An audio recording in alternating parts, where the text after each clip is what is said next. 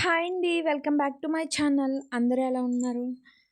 ఈరోజైతే మినపొడియాలు పెడుతున్నామండి. ఫస్ట్ అయితే మినపప్పు నానబెట్టాలండి 4 గంటల పాటు వాటర్ వేసి. అది నైట్ అంతా మాత్రం నాననివ్వకూడదు. ఎందుకంటే మొత్తానికి పులిసిపోయి ఇంకా ఫుల్ ఇంకా ఆయిల్ పీల్చేస్తాయి వేపేటప్పుడు.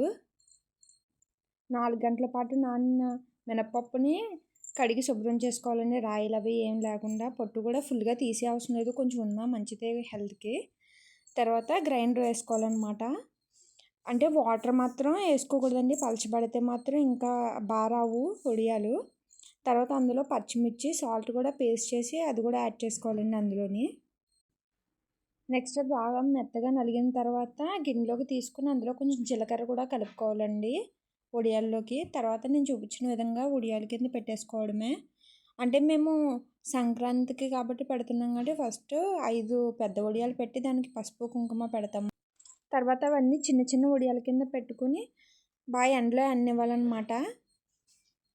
వడియాలు పెట్టాలంటే ఫస్ట్ ఏమైనా కావాలంటే అది ఎండ మాత్రమే. ఎండ బాగా కాయకపోతే మాత్రం ఇంకా వడియాలు బుష్షే ఇంక పోతాయి. ఇంక అవి మేము పెట్టిన రోజైతే ఎండ బాగా కాసింది కాబట్టి వడియాలు సాయంత్రం కల్లా ఎండిపోయాయి అన్నమాట.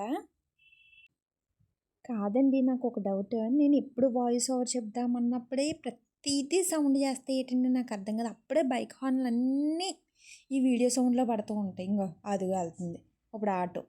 ఏం చెప్తాను చెప్పండి. అదే నేను వాయిస్ ఓవర్ చెప్పకుండా కూర్చుంటానా, ఒక్క బైక్ కానీ కార్ కానీ ఆటో కానీ మా ఇంటి దగ్గర ఏ సౌండ్లు కూడా అవ్వవు. ఇప్పుడు నేను చెప్తున్నప్పుడు మాత్రం రామచంద్ర ప్రభు ఫుల్ ఇంకా. సర్లేండి, ఇవన్నీ చెప్తున్నాను, అసలేం చెప్పడం మర్చిపోయాను అనుకుంటున్నారా?